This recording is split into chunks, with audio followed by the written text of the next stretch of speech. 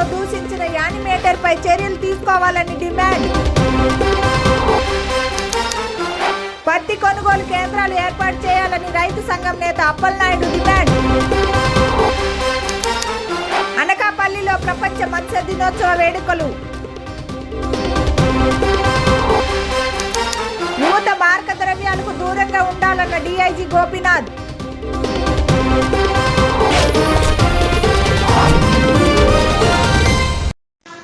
బాపట్ల జిల్లా బట్టిప్రోలు మండలం వెల్లటూరు గ్రామంలో కులం పేరుతో యామిమేటర్ వెంకటలక్ష్మి దూషించారు. డ్వాక్రా గ్రూపుల్లో ఉన్న మాదిక సామాజిక వర్గం వారికి లోన్లు ఇస్తే కడతారా, అసలు మీ గ్రూప్లో ఉండే అర్హత లేదని మాట్లాడిందంటూ తహసీల్దార్ ఎంపీడీఓకి ఏపీఎంకి వినతిపత్రాన్ని అమ్ములు డ్వాక్రా గ్రూప్ సభ్యులు ఇచ్చారు. గతంలో ఆన్లైన్లో పేరుతో ఒక్కొక్కరిని దగ్గర 600 రూపాయలు తీసుకొని 3 సంవత్సరాలు అయినా ఆన్లైన్లో చేపించలేదని ఆవేదన వ్యక్తం చేశారు. కులం పేరుతో దూషించిన వెంకటలక్ష్మిపై కఠిన చర్యలు తీసుకోవాలని అమ్ములు డ్వాక్రా గ్రూప్ సభ్యులు డిమాండ్ చేశారు.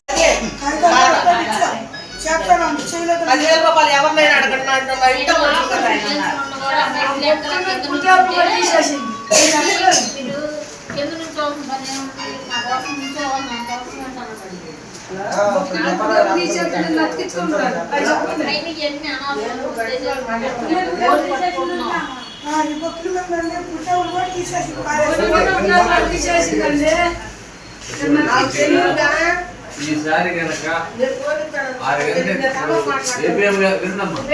ఏపీఎం గారు మీరు రత్నపూర్వకంగా లెటర్ ఇవ్వండి, ఏంది ఆయన యాక్షన్ తీసుకుంటారు. ఒకవేళ ఈసారి కనుక లేకపోతే డైరెక్ట్ గా కలెక్టర్ పెట్టేసి క్రియేట్ చేస్తారు. ఓకేనా? అది మీరు విజయనగరం జిల్లా శృంగవరపుకోట మండలం కేంద్రంలో సిఐటియు ఆధ్వర్యంలో కనీస వేతనాలు అమలు చేయాలని ఎంపీడీఓ కార్యాలయం వద్ద గ్రామ పంచాయతీ పారిశుద్ధ కార్మికుల ధర్నా నిర్వహించారు. అనంతరం ఎంపీడీఓ సతీష్ కు వినతిపత్రం అందజేశారు. ఈ సందర్భంగా సిఐటియు జిల్లా కార్యదర్శి మద్దెల రమణ మాట్లాడుతూ పాత బకాయిల జీతాలు వెంటనే చెల్లించాలని డిమాండ్ చేశారు. సుప్రీంకోర్టు, హైకోర్టు ఇచ్చినటువంటి తీర్పును అమలు చేయాలని కోరారు. పారిశుద్ధ్య పనులు చేస్తున్న కార్మికుల సమస్యలు పరిష్కరించాలని చెప్పేసి ధర్నా చేపట్టడం జరిగింది సిఐటియు యూనియన్ ఆధ్వర్యంలో. ఈ ధర్నా ముఖ్య ఉద్దేశం ఏమిటంటే, మొన్న రాష్ట్ర వ్యాప్తంగా కేంద్ర రాష్ట్ర ప్రభుత్వాలు ఉమ్మడి ప్రభుత్వాలు కూటమి ప్రభుత్వం పారిశుద్ధ్య కార్మికులకి సన్మానాలు చేపట్టారు. మేము మోడీ గారికి, అలాగే చంద్రబాబు నాయుడు గారికి, అలాగే పంచాయతీరాజ్ శాఖ మంత్రి పవన్ కళ్యాణ్ గారికి సూటిగా సిఐటి యూనియన్గా ప్రశ్నిస్తున్నాం. అయ్యా, మీరు పారిశుద్ధ్య కార్మికులకి సన్మానాలు చేస్తే వాళ్ళే ఆకలి మంటలు ఎరవు, వాళ్ళ బకాయి జీతాలు ఒక్కొక్కరికి 3 నెలల నుంచి సుమారు 18 నెలల వరకు బకాయిలు ఉన్నాయి. కానీ బకాయి జీతాలు ఇవ్వకుండా మీరు సన్మానాలు చేయడం ఏంటి? అమాయకమైనటువంటి ఈ పేదలు అడగరు కదా, వీళ్ళందరూ వెనుకబడిన తరగతికి చెందిన వాళ్ళు, వీళ్ళేదో భుజాల మీద చేస్తే గజాలు అయిపోయి పెద్దగా చూస్తారు, సంతోషిస్తారు అనే దుర్మార్గపు ఆలోచనతోనే మీరు వీళ్ళని అనగదొక్కాలని చూస్తున్నారు. బకాయి జీతాలు ఇవ్వాలి. అలాగే ఏదైతే గత సుప్రీంకోర్టు, హైకోర్టు కొన్ని గైడ్లైన్స్ ఇచ్చింది, తీర్పులు ఇచ్చాయి. ఆ గైడ్లైన్స్, తీర్పులు ఇంప్లిమెంట్ చేయాలి. జీవో నెంబరు 551, అలాగే GO number 57, GO number 132, GO number 142లను ఇంప్లిమెంట్ చేయాలి. అనకాపల్లి జిల్లా కలెక్టర్ నర్సీపట్నం తాండవ రిజర్వాయర్లో ప్రపంచ మత్స్య దినోత్సవం సందర్భంగా చేప పిల్లలను జిల్లా కలెక్టర్ విజయ్ కృష్ణన్ విడుదల చేశారు. ఈ సందర్భంగా ఈమె మాట్లాడుతూ 5 లక్షల చేప పిల్లలను విడుదల చేశామని చెప్పారు. మత్స్య సంపద పెరగడం వల్ల మత్స్యకారులకు లాభదాయకంగా ఉండి వాళ్ళ జీవన ప్రమాణాలు పెరుగుతాయని అన్నారు. ఆ సెలబ్రేషన్స్ భాగంగా తాండవ రిజర్వాయర్లో ఈరోజు 5 లక్షలు ఫిష్ సీడ్లింగ్స్ వదలడం జరిగింది. ఈ ఫిష్ సీడ్లింగ్స్ కూడా మన గవర్నమెంట్ ఫిష్ సీడ్ ఫామ్లోనే మనం తీసుకువచ్చి పెట్టడం జరిగింది. ఈ తాండవ రిజర్వాయర్లో ఈరోజు మనం పెడుతున్న ఈ ఫిష్ సీడ్లింగ్ వేస్ట్ చేసుకొని ఆల్మోస్ట్ 30 విలేజెస్లో ఉన్న అందరూ ఫిషర్మెన్ బతుకుతున్నారు. It's very good initiative by the department of fisheries. వాళ్ళకి కంగ్రాచులేషన్స్. అలాగే ఇరిగేషన్ డిపార్ట్మెంట్ వాళ్ళకి కూడా కంగ్రాచులేషన్స్. ఎందుకంటే చాలామంది ఫిషర్మ్యాన్కి ఉపయోగమైన ఒక స్కీమ్ని ఈరోజు మనం చేస్తున్నాము. అలా చేయడంలో మాకు కూడా చాలా సంతోషం. మీ అందరికీ వరల్డ్ ఫిషరీస్ డే శుభాకాంక్షలు. ధన్యవాదాలు. ఏపీ అసెంబ్లీలో జీవో నెంబర్ 3పై చర్చ జరపాలని కాంగ్రెస్ రాష్ట్ర కోఆర్డినేటర్ సోమేశ్వరరావు గారు ప్రభుత్వాన్ని డిమాండ్ చేశారు. గిరిజనుల కోసం ఉద్యోగ భద్రత ప్రత్యేక చట్టం తీసుకురావాలని, అంటే జీవో నెంబర్ 3పై చర్చ జరగాలని అన్నారు. సీఎం చంద్రబాబు ఎన్నికల్లో ఇచ్చిన హామీలను అమలు చేయాలని డిమాండ్ చేశారు. డిఎస్సి నోటిఫికేషన్ విడుదల చేయాలన్నారు. కాంగ్రెస్ పార్టీ నుండి డిమాండ్ చేయడం జరుగుతుంది. ఈ యొక్క అసెంబ్లీ సమావేశంలో ముఖ్యమైన విషయం ఏంటంటే, గిరిజనులకు అండగా నిలబడినటువంటి జియోఎంఎస్ నంబర్ 3ని చట్టబద్ధత కల్పించాలి. నిరుద్యోగ వృత్తిని ఉన్నటువంటి ప్రజలకు ఉద్యోగ భద్రత కల్పించట్లో ప్రత్యేకమైన చట్టాన్ని ఏర్పాటు చేసి వాళ్ళకి ఉద్యోగాన్ని ఇచ్చే బాధ్యత తీసుకోవాలని గౌరవశ్రీ నారా చంద్రబాబు నాయుడు గారికి కాంగ్రెస్ పార్టీ నుండి డిమాండ్ చేస్తున్నాం. ఇదే గడ్డ మీద వచ్చి ఎన్నికల సమయంలో మా యొక్క గిరిజన ప్రాంతంలో జియోఎంఎస్ నంబర్ 3ని చట్టబద్ధత కల్పిస్తానని ప్రతిపక్ష నాయకుడుగా ఉన్నప్పుడు చంద్రబాబు నాయుడు గారు ఇచ్చిన హామీని మరిచిపోయి ఈరోజు జియో నంబర్ 3ని కల్పించకుండా స్పెషల్ డిఎస్సి తీస్తే మేము ఊరుకునే ప్రసక్తి లేదు. గిరిజనులందరూ కూడా ఐక్యతగా పోరాటం చేయడానికి సిద్ధంగా ఉన్నామని తెలియజేస్తున్నాం. ఈ యొక్క జియో నంబర్ 3ని చట్టబద్ధత కల్పించకుండా స్పెషల్ డిఎస్సి తీయకూడదు. ఇది చంద్రబాబు నాయుడు గారు గమనించాలి. అధికారంలో ఉన్నప్పుడు వైసీపీ గవర్నమెంట్ని మేము ఇస్తాము, జియో నంబర్ 3ని చట్టబద్ధత కల్పిస్తాము, దమ్ము ధైర్యం లేదు ఆ ప్రభుత్వానికి అని చెప్పినటువంటి రాష్ట్ర ముఖ్యమంత్రి గారు అధికారంలో వచ్చిన తర్వాత మర్చిపోయిన పరిస్థితులు ఉన్నాయి. కనుక ఇప్పటికైనా గుర్తించి మా యొక్క ఏజెన్సీ ప్రాంతంలో 1/70 చట్టం కానీ, జియో నంబర్ 3 కానీ, అలాగే భాషా వాలంటీర్లు, హెల్త్ వాలంటీర్లను కూడాను పునరుద్ధరిస్తాను, చట్టబద్ధత కల్పిస్తాను, ఉద్యోగ భద్రత ఇస్తానని మాట ఇచ్చి మర్చిపోయిన పరిస్థితులు ఉన్నాయి. ఏజెన్సీ ప్రాంతాల సమస్యలంటే ఈ ప్రభుత్వానికి అంతు చిక్కట్లేదు. ఏజెన్సీ ప్రాంతంలో ఉన్నటువంటి ఖనిజ సంపద దోచుకోవడం తెలుసు, ఏజెన్సీ ప్రాంత ప్రజానికాన్ని మోసం చేయడం తెలుసు, కానీ ఈ ఉద్యోగం కోసం మాట్లాడే పరిస్థితిలో లేరు ఎవరు కూడా. ఈ కూటమి ప్రభుత్వం ఆలోచన చేయాలా? కూటమి ప్రభుత్వం ఉన్నటువంటి ఏజెన్సీ ప్రాంత ప్రజానికం అంటే నాయకులు కూడా దీనిపైన పూర్తిగా చర్య తీసుకోవాలా, బాధ్యత చేపట్టాలి.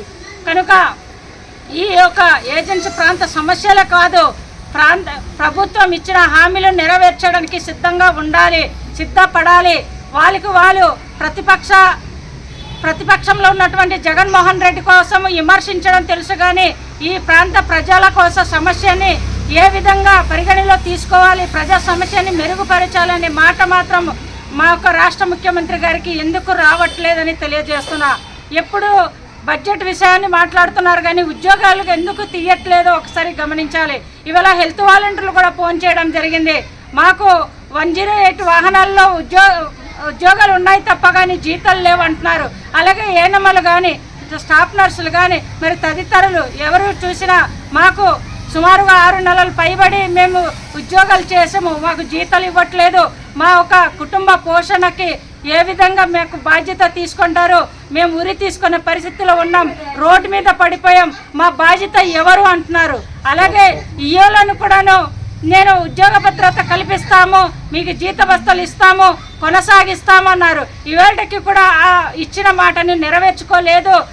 యువత మాదక ద్రవ్యాల మత్తులో పడి తమ భవిష్యత్తు నాశనం చేసుకోవద్దని విశాఖపట్నం రేంజ్ డీఐజీ గోపీనాథ్ అన్నారు. శ్రీప్రకాష్ విద్యా సంస్థల నందు ఏర్పాటు చేసిన సంకల్పం కార్యక్రమం జరిగింది. ఈ సందర్భంగా ఆయన మాట్లాడుతూ మాదక ద్రవ్యాలు అమ్మినా కొనినా 20 సంవత్సరాలు జైలు శిక్ష అనుభవించవలసింది ఉంటుందని హెచ్చరించారు. And he is the scapegoat. Please try to complain. Please try to bring it to the notice of authorities. And ఇదంతా కూడా చట్ట వ్యతిరేకమైన కార్యక్రమం జరుగుతుంది. ఈ కార్యక్రమంలో పోలీస్ శాఖ తరఫున పటిష్టమైన చర్యలు తీసుకున్నాము. అలాగే ఇప్పుడు మన డిపార్ట్మెంట్ వాళ్ళు డిజైన్ చేసిన కొన్ని వీడియో క్లిప్పింగ్స్ కూడా చూపిస్తారు. ఆ వీడియో క్లిప్పింగ్స్ మీరు చూసి ఒకసారి ఆ గంజా వినియోగం వల్ల సమాజంలో ఎటువంటి దుష్ఫలితాలు ఏర్పడుతున్నాయి, ఫ్యామిలీస్ ఎలా డిస్టర్బ్ అయిపోతాయి. ఆంధ్ర ఒడిశా సరిహద్దుల్లో చాన్నాళ్ళ తర్వాత తుపాకీలు గర్జించాయి.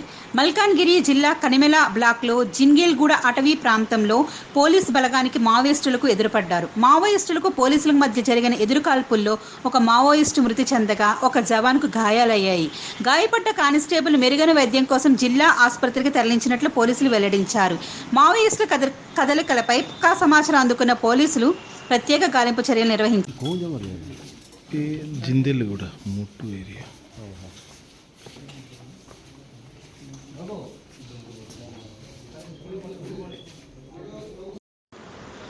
పత్తి కొనుగోలు కేంద్రం ఏర్పాటు చేసి రైతులను ఆదుకోవాలని ఆంధ్రప్రదేశ్ రైతు సంఘం జిల్లా ప్రధాన కార్యదర్శి అప్పలనాయుడు ప్రభుత్వాన్ని డిమాండ్ చేశారు. బామిని మండలం సుమారు 5,000 ఎకరాల్లో పత్తి పంట సాగు అవుతుండగా ప్రభుత్వ కొనుగోలు కేంద్రం లేక రైతులు ఇబ్బంది పడుతున్నారని ఆవేదన వ్యక్తం చేశారు. దళారీలు సిండికేట్గా మారి ప్రభుత్వ మద్దతు కంటే క్వింటాకు 1,500 రూపాయలు తక్కువ ధరకు మించి కొనడం లేదని అన్నారు. జిల్లా కలెక్టర్ తక్షణమే బామిని మండలంలో కొనుగోలు కేంద్రం ఏర్పాటు చేసి పత్తి రైతులను ఆదుకోకపోతే ఉద్యమం ఉధృతం చేస్తామని హెచ్చరించారు. ఆంధ్రప్రదేశ్ రైతు సంఘం పార్వతీపురం మన్యం జిల్లా కార్యదర్శిని ఈ రోజు బామిని మండలం బామిని గ్రామంలో ప్రతి ఉన్న రైతుల దగ్గరికి వచ్చాం. ఆ రైతులు చాలా తీవ్రమైన సమస్యలు ఎదుర్కొంటున్నామండి. ఈ రోజు గవర్నమెంట్ ధర 7,500 రూపాయలు. మరి అదే బ్రోకర్లు కనీసం 6,000 రూపాయలు కూడా అడిగే పరిస్థితి లేదు. ఒకప్పుడు ప్రతి 10 క్వింటాల వరకు దిగుబడి వచ్చేది ఎకరాకి. ఈ రోజు 6-7 క్వింటాల్ మించి రావడం లేదు. కానీ విపరీతంగా మదుపు అనేది పెరిగిపోయింది. ఈ నేపథ్యంలో కష్టంగా ఉంది పంట సాగు చేయడం అనేది. అందుకని మేము ప్రభుత్వాన్ని విజ్ఞప్తి చేస్తున్నాం.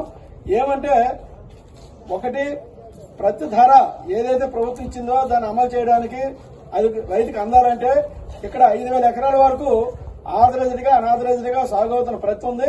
కనుక ఈ రైతులు మోసపోతున్నారు. కనుక ఇక్కడ కొనుగోలు కేంద్రం ఏర్పాటు చేయాలని చెప్పేసి ప్రభుత్వాన్ని విజ్ఞప్తి చేస్తున్నాం. గౌరవ కలెక్టర్ గారికి రేపు మేము కలవబోతున్నాం. అలాగే నిన్న కాటన్ కార్పొరేషన్ సంబంధించిన ఆఫీసర్ వచ్చారు. మరి భాగంలో చూశారు. వారు చెప్తుంది ఏంటంటే రామభద్రపురం రమ్మంటున్నారు. అక్కడ సీసీ కేంద్రం ఉందని. అక్కడికి కొనుగోలు కేంద్రాన్ని తీసుకెళ్లాలంటే సుమారు 120 కిలోమీటర్ల దూరం వస్తుంది. అక్కడ ఏదైనా సమస్య వస్తే అక్కడ నుంచి తిరిగి సాధ్యం కాదు. అధిక పెట్టుబడి అవుతుంది. కనుక 5,000 ఎకరాలు దాటి ఉన్నటువంటి ఈ గ్రామం మండల హెడ్ క్వార్టర్ లో ప్రతి కొనుగోలు కేంద్రం పెట్టాలని చెప్పేసి మేము విజ్ఞప్తి చేస్తున్నాం. ఆ రకంగా దళారుల బారి నుంచి కూడా కాపాడాలని కోరుతున్నాం. దీని మీద రేపు గౌరవ కలెక్టర్ గారిని, గౌరవ జిల్లా జేసీ గారిని కలవబోతున్న పార్వతీపురంలో. అలాగే కార్పొరేషన్ ఆఫీసర్ కూడా చెప్పాం, మీరు కూడా వచ్చి మాట్లాడాలి, వారితో దృష్టి పెట్టాలని. ఇక్కడ కొనుగోలు చేస్తే గొడవలు కూడా ఉన్నాయి. ఒకటి డీసీసీబీ వాళ్ళ గొడవలు 2 దగ్గరలు ఉన్నాయి. అలాగే సివిల్ సప్లై వాళ్ళ గొడవలు కూడా ఉంది. అక్కడ కాటా కూడా ఉంది. ఆ కాటా నిరుపయోగంగా లక్షల రూపాయలు ఖర్చు పెట్టి అక్కడ పెద్ద బిల్డింగ్లు కట్టారు గొడవలను. అలాగే దాని ప్రక్కనే మరి ఒక కేంద్రం కూడా పెట్టారు. కానీ 2 కూడా ఉపయోగం రాలేదు. తక్షణమే వాటిని రప్పించాలని చెప్పేసి రేపు జేసీ గారిని కలబోతున్నాం. ఆ రకంగా చర్యలు తీసుకుని రైతులు ఆదుకోవాలని చెప్పేసి మేము విజ్ఞప్తి చేస్తున్నాం. అనకాపల్లి జిల్లాలో 19 కేసుల్లో ఉన్న 3 నిందితులను పోలీసులు అరెస్ట్ చేశారు. వారి వద్ద నుండి 21,30,000 రూపాయల విలువ గల 188 గ్రాముల బంగారు మోటార్ సైకిల్ను, చోరీ సొత్తును జిల్లా పోలీసులు స్వాధీనం చేసుకున్నారు. 3 నిందితులపై కేసు నమోదు చేసి కోర్టుకు హాజరుపరిచారు. విద్యారంగ సమస్యలను పరిష్కరించాలంటూ అల్లూరు జిల్లా పెదబయలు మండలంలో తహసీల్దార్ కార్యాలయం వద్ద ఎస్ఎఫ్ఐ ఆధ్వర్యంలో ధర్నా చేపట్టారు. ఏజెన్సీలో 11 మండలాల్లో గురుకుల కళాశాలలో పూర్తి స్థాయిలో కాలేజ్ యూనిఫామ్ పంపిణీ చేయాలంటూ రాష్ట్ర కేంద్ర ప్రభుత్వాలను డిమాండ్ చేశారు. సోలార్ హీట్ వాటర్ను విద్యార్థులకు అందించాలని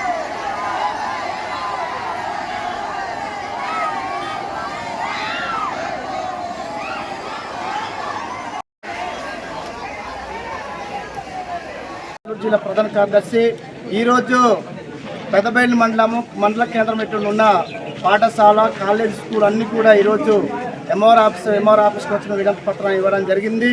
అలాగే స్థానిక సంస్థలు చాలా ఘోరమైనటువంటి పరిస్థితి ఉంది. కాబట్టి అధికారులు కానీ ప్రభుత్వం కానీ వెంటనే పరిష్కారం చేయాలి అని ఈరోజు పెద్ద ఎత్తున మేము ధర్నా కార్యక్రమం చేసాము. అలాగే ఈరోజు గురుకుల కాలేజ్, స్కూల్ చదువు చెప్పే టీచర్లు ఈరోజు 6వ రోజుల రాష్ట్ర వ్యాప్తంగా సమ్మె చేసే పరిస్థితి ఉంది. కాబట్టి ఐటీడీ అధికారుల దగ్గర వెళ్ళి టెంట్ వేశారు. అధికారులు వెంటనే పరిష్కారం చేయాలి, అధికారులు వెంటనే చర్చలు పిలవాలని ఈరోజు ఎస్ఎఫ్ఐ పూర్తిగా డిమాండ్ చేస్తున్నాము. అధికార పార్టీలు కానీ చర్చలు పిలవకపోతే, వాళ్ళకి పరిష్కారం చేయకపోతే పెద్ద ఎత్తున నిరంతరంగా మేము పోరాటాలు చేయడానికి సిద్ధంగానే ఉంది. ఎస్ఎఫ్ఐ పూర్తి మద్దతు ఉంది. విద్యార్థులు ఇప్పటికి 6వ రోజు నష్టపోయారు. ఆ నష్టపోయే పరిస్థితి వచ్చింది. అందుకాబట్టి ఆ హెల్త్ వర్కర్ వెంటనే నియమించాలి. ఆశ్రమ పాఠశాల కానీ గురుకుల కళాశాల కానీ ప్రతి పాఠశాల మేము సక్రమంగా అమలు చేయాలి.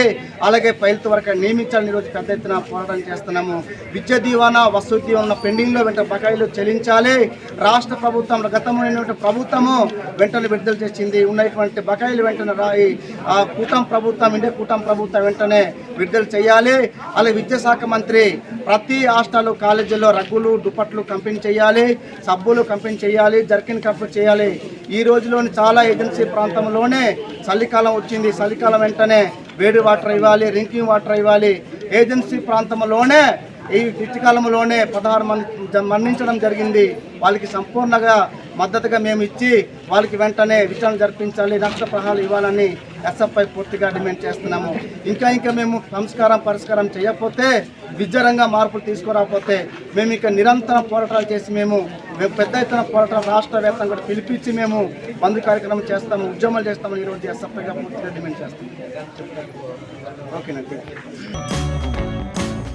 Please like, share and subscribe Sneha TV.